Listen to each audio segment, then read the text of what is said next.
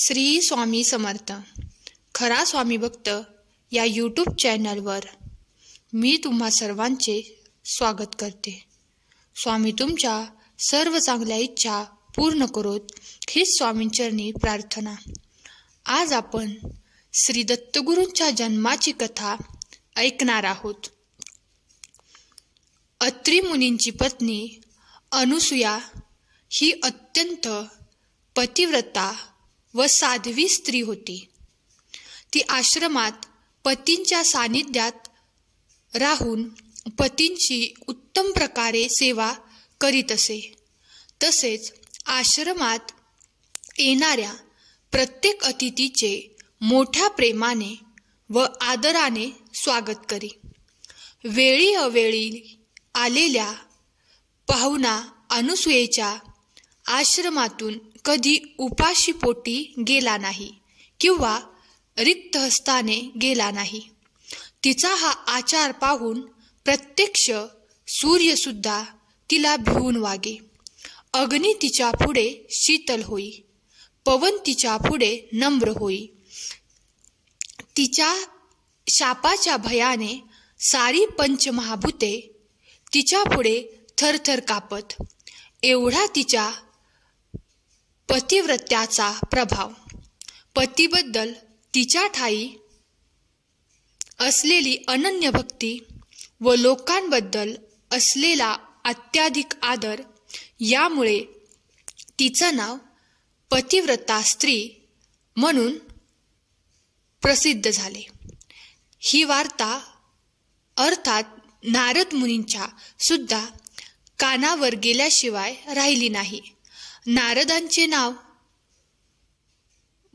कळीचा नारद।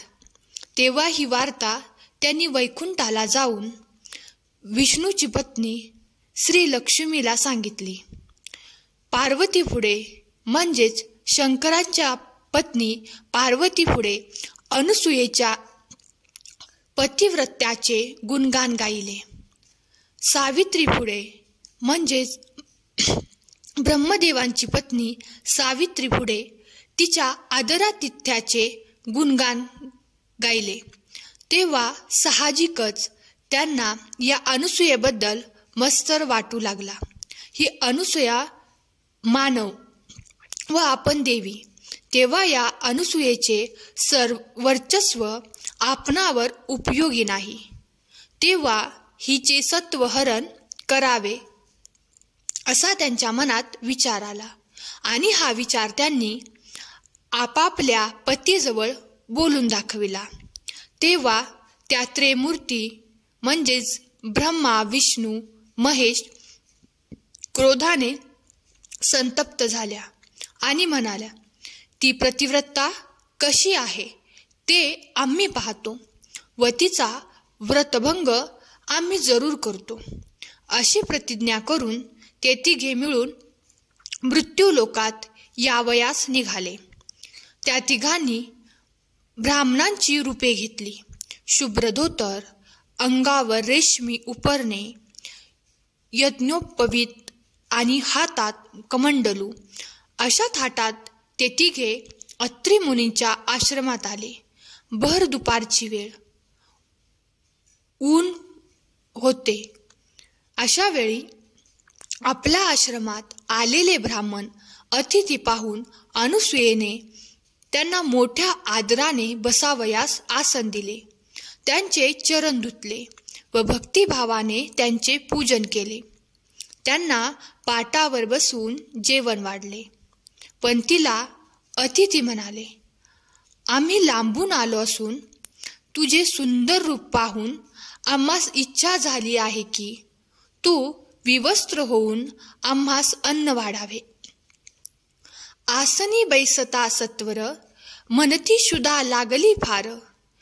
नग्न होऊनी निर्धार, इच्छा भोजन देईजे।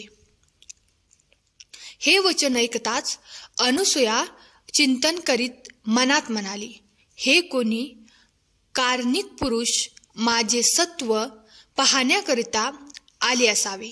यांस जर विमुख पाठवले तर माझ्या सत्वाची हानी होईल। माझे मन निर्मळ आहे, शिवाय माझ्या पतीचे तप सामर्थ्य माझ्या मागे आहे असे मनात आणून सती म्हणाली, थांबा, तुमच्या इच्छेप्रमाणेच करीते. एवढे बोलून अनुसूया तात्काळ घरात गेली. त्यावेळी तिचे पती देवाजवळ ध्यानस्थ बसले होते. त्यांस ही सारी कथा निवेदन केली. तेव्हा मुनींनी अंतर्ज्ञानाने हे सारे ओळखले व आपल्या पत्नीस एका पंचपात्रात गंगोदक देऊन म्हणाले, हे गंगोदक, त्या अतिथींच्या अंगावर उडव व त्यांना इच्छा भोजन दे. त्या गंगोदकाचा स्पर्श होताच ते तिघे अतिथी तात्काळ बालक झाले. तेव्हा पतीच्या आज्ञेप्रमाणे ती तीर्थाची पंचपात्री हाती घेऊन अनुसूया आश्रमाबाहेर आली. हातातील गंगोदक त्या तिघांवर उडविले. तो काय, त्या गंगोदकाचा स्पर्श होताच ते तिघे अतिथी तात्काळ बालक झाले. लहान बालक, अगदी लहान. ती 3 गोजिरी बालके पायाजवळ लोळू लागली. तेव्हा अनुसूयेने तात्काळ त्यांना उचलून कडेवर घेतले आणि त्या अतिथींच्या इच्छेप्रमाणे तेव्हा त्यांना भूक लागली असेल असे समजून अनुसूयेने त्यांना यथेच्छ स्तनपान करविले. त्यांची क्षुधा निवारण केली व त्यांना पाळण्यात घालून थोपटून निजविले. असे या पतिव्रत्याचे फळ आहे. अशी कित्येक युगे लोटली, पण ही 3 बालके मात्र आहेत त्या स्वरूपात राहिली. असे होता होता एकदा नारद मुनींची स्वारी अत्री मुनींच्या आश्रमात आली. मुनींनी त्यांचे आदरातिथ्य केले. आदराने स्वागत करून बसावयास आसन दिले. तेव्हा त्याच ठिकाणी ती 3 बालके म्हणजेच ब्रह्मा, विष्णू, महेश रांगत खेळत असताना नारदांनी पाहिली. नारदांनी त्या बालकांना तात्काळ ओळखले, पण तेथे ते काहीच बोलले नाहीत. अत्री मुनींचा निरोप घेऊन स्वर्गलोकी आले व ही गोष्ट श्री लक्ष्मी, पार्वती व सावित्री यांना सांगितली. तेव्हा त्या फार चिंताग्रस्त झाल्या. ऐसे सांगता ब्रह्मपुत्र, तिघी मिळाल्या एकत्र, जोडून या पाणी पात्र नारदासी विचारती. तेव्हा त्या तिघींनी नारदाला हात जोडून अशी विनंती केली की, हे मुनिवर, आम्हाला त्या अत्री मुनींच्या आश्रमात घेऊन चला, म्हणजेच आम्ही आपापले भरतार म्हणजेच पती परत शोधून घेऊन येऊ. तेव्हा नारदांनी त्यांना तो अत्री मुनींचा आश्रम दाखविला. इकडे या तिघी त्या अनुसूयेकडे गेल्या. तिची त्यांनी करुणा भाकून झालेली सारी कथा निवेदन केली व अनुसूयेची क्षमा मागितली. तेव्हा त्या अनुसूयेस दया येऊन तिने हा वृत्तांत आपल्या पतीस सांगितला. तेव्हा अत्री मुनींनी फिरून गंगोदक देऊन ते त्या बालकांवर शिंपडण्यास सांगितले. तेव्हा हातात तीर्थाची पंचपात्री घेऊन अनुसूया बाहेर आली. त्या बालकांवर गंगोदक शिंपडले. तेव्हा ती बालके पूर्ववत देवस्वरूप झाली. ब्रह्मा, विष्णू, महेश इतक्यात मुनी बाहेर आले. त्यांनी देवांना साष्टांग नमस्कार घातला. त्यावेळी विष्णू, शंकर, ब्रह्मदेव प्रसन्न झाले व म्हणाले, हे अनुसूये, आम्ही तुझवर प्रसन्न झालो. इच्छित वर माग. तेव्हा अनुसूयेने तिघे बालक म्हणजेच ब्रह्मा, विष्णू, महेश माझ्या घरी 3 मूर्ती एकरूप होऊन पुत्राप्रमाणे राहू देत असा वर मागितला.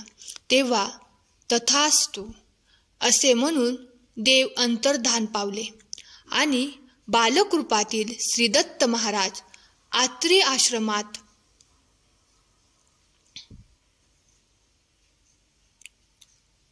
दत्तात्रयांचा जन्म झाला. 3 शिरे, 6 हात आणि तेजस्वी अंगकांतीचे ते बालक पाहून सती अनुसूयेला अत्यानंद झाला. ती पतिव्रता स्त्री खरोखर धन्य होय.